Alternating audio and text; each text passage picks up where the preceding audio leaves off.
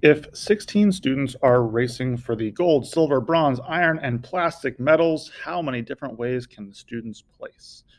Now, a couple of things on this question here. First of all, yes, I know plastic is not a metal. Second, does the order matter? So when we're looking at these people racing, we need to say, hey, if someone gets first or second, does the outcome change? And in this case, the answer is yes, because if I get first, well, I get gold. If I get second, I get silver. If I get third, bronze, fourth, iron, fifth, plastic. So the order actually matters in this situation, which tells us we're going to use a permutation, which is represented by these two things here. This N, capital big P, little r. So the little n is the total number of things that we're looking at. In this case, it's 16 students. And this is a permutation because the order matters.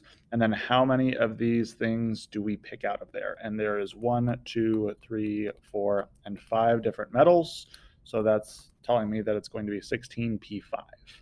So now I can just plug that into the permutation equation here that we have, or formula, where I take 16 factorial over 16 minus 5 factorial. Remember, factorial is just taking that number and multiplying it by every subsequent number below it until we get to 1. So simplifying this here gives me 11 factorial.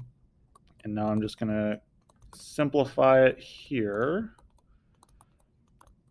I would just keep going after 11 factorial, but these two things cancel out. So again, if you don't understand how to simplify that fraction, really you could just multiply both of these things, get these two giant numbers and divide them, and that would give you your answer. Again, I'm trying to minimize the amount of stuff that I have to put into my calculator. So once I go through, I get 16 times 15 times 14 times 13 times 12, which will give us our final answer of 524,160. And that is our answer.